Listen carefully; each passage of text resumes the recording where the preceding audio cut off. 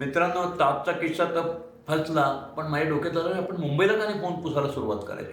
आणि मी मुंबईला फोन पुसायला सुरुवात केली. मुंबईचे फोन पुसायला सुरुवात करायला मी त्यावेळेला मेनवेल बऱ्याच घडामोडी घडल्या. मी आता घरच्यांना सांगितलं मी लग्न केलं. मी धायरीला राहायला गेलो, वडगाव धायरीला, म्हणून तिथं तर विश्व बांधलं, पण मूळचं धायरी त्यावेळेचं. तिथं सायकलवर मस्त अप अँड डाऊन करायचा. सायकल हा माझा आवडता प्रकार होता. आणि मग मी मुंबईचे फोन पुसायला सुरुवात केली. रेग्युलर धायरीवरून निघायचं. डेक्कन क्वीनचा पास होता त्यावेळेला. डेक्कन क्वीनचा पास त्यावेळेला मला आठवतंय इकॉनॉमी क्लासचा, त्याला सेकंड क्लास म्हणायचे, इकॉनॉमी नाही म्हणायचे. हल्ली विमानाने जातो त्यामुळे उगाच इकॉनॉमी बिझनेस डोक्यात शिरायला लागले. आणि तो काहीतरी 13 रुपयाला असायचा महिन्याचा, आणि फर्स्ट क्लासचा 35 रुपयाला असायचा. पास होल्डरचा डबा वेगळा असायचा. आणि मग काही करून बाबा आधी सुरुवातीचे काही महिने 13 रुपयाचे केले, पण बसायला जागाच नाही मिळाली. लिटरली त्या सेकंड क्लासच्या डब्यामध्ये, पास होल्डरच्या डब्यामध्ये, संडासामध्ये सुद्धा सगळे लोक वर्तमानपत्र टाक, पोतं टाक, त्यात बसायचे, कारण जागाच नाही मिळायची. पुण्याहून मुंबईला जायला रेल्वेशिवाय काही पर्याय नव्हता, आणि डेक्कन क्वीन हाच एक पर्याय होता की जिथं मी वेळेत निघणार.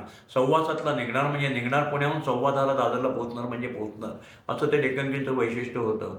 आणि रोडनी जाणं म्हणजे शिक्षा धरली पाहिजे. कुठलाच रोड नव्हता त्यावेळेला. रोडचे ॲक्सिडेंट असायचे त्यावेळेला.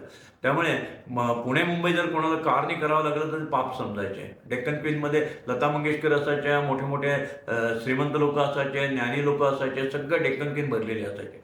पण डेक्कन क्वीनला सेकंड क्लासलाही जागा मिळाला. मग मी फर्स्ट क्लासचा पास काढला 35 रुपयाचा, आणि मी मुंबईला फोन पुसायला जायला लागलो.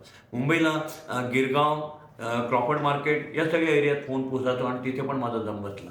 मग लक्षात असं आलं, काय शिकायला मिळालं, की मी मुंबईला फोन पुसतं म्हणल्यानंतर पुण्याचे लोक अरे वा मुंबईला पण फोन पुसतोय. मग मी एक लक्षात आलं की आपलं ऑफिस मुंबईला नाही आहे. आता बघा, माझं बिलबुक लेटर छापलेलं आहे, टेलिस्मेल. माझा ॲड्रेस जो होता तो नानापेठेतल्या मित्राचा होता सुरुवातीला, केअर ऑफ. मग नंतर मी अल्काटॉकीजच्या शेजारी रवी बिल्डिंगमध्ये ऑफिस भाड्याने घेतलं, जे अजूनही भाड्याचं ऑफिस माझं आहे. तर तिथला पत्ता होता. पण आपला मुंबईचा पत्ता कसा टाकायचा? मुंबईला ऑफिस शक्यच नव्हतं. मग मी गिरगावला वळामे केमिस्ट नावाचं दुकान होतं, गिरगाव सदाशिव लेनमध्ये. त्यांचा फोन पुसायला जायचं. असं आडवं लांबलं तर दुकान होतं, खूप मोठं नव्हतं. मुंबईचं प्रत्येक दुकानं सगळं तेव्हाही महाग असायचं, आजही महाग, कारण की गिरगाव हा सगळा गजबजलेला भाग. मी वळामे सरांना म्हटलं की सर, मला एक छोटीशी मेहरबानी करा ना. काय म्हणाले? मी म्हटलं मला फक्त माझं ऑफिस तुमच्या इथं आहे टेलिस्मेलचं, अशी फक्त बिलबुकावर छापायला परवानगी द्या, आणि खोटं बोलणार नाही म्हणून कुठेतरी कोपऱ्यात एक प्लॅस्टिकची पाटी लावतो, टेलिस्मेल एका बाजूला लावतो, आणि मला स्टूल पण नको बसायला, फक्त मला पाटी लावायला परवानगी द्या प्लीज. मग मी तुमच्या फोनचे पैसे घेणार नाही. हसले गालात ते. आणि तुम्ही जेव्हा असं आपुलकीने बोलता ना, तुम्ही तरुण असता, एक विद्यार्थी दशा असते, तेव्हा लोक तुमच्यावर खूप प्रेम करतात.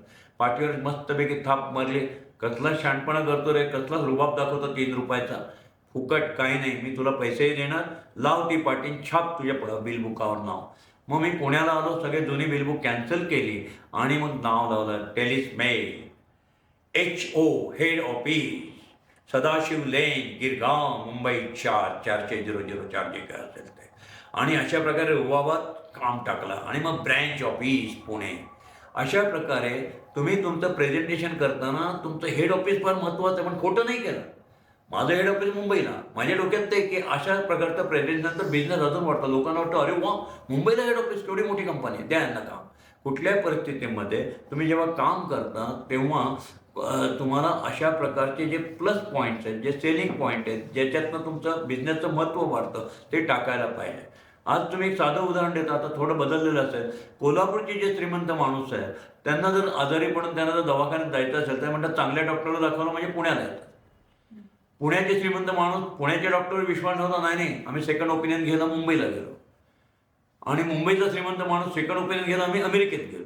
अशा प्रकारे ते अपग्रेडिंग असतं. कुठल्याही बिझनेसमध्ये हा एक प्रकार, अरे मुंबईची कंपनी आहे, मुंबईला हेड ऑफिस आहे, अरे बापरे केवढी मोठी कंपनी असते. तर मी म्हटलं की माझं बाबा कुठेतरी हेड ऑफिस आहे, तर लोक म्हणतील छोटा दिसतं. मी म्हटलं मुंबईला हेड ऑफिस आहे, की म्हणतात मोठा आहे.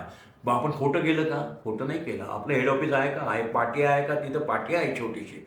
त्याप्रमाणे ते HO मुंबईने मला एक वेगळी जीवनाची, बिझनेसची दिशा शिकवली. अशा छोट्या छोट्या गोष्टी मला कायम या टेलिफोनच्या बिझनेसमध्ये शिकायला मिळालं.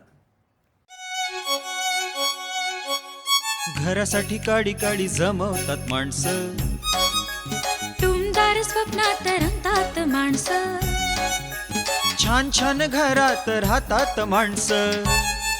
जेव्हा भेटतात घराला घरपण देणारी माणसं, घराला घरपण देणारी माणसं. DSK घराला घरपण देणारी माणसं.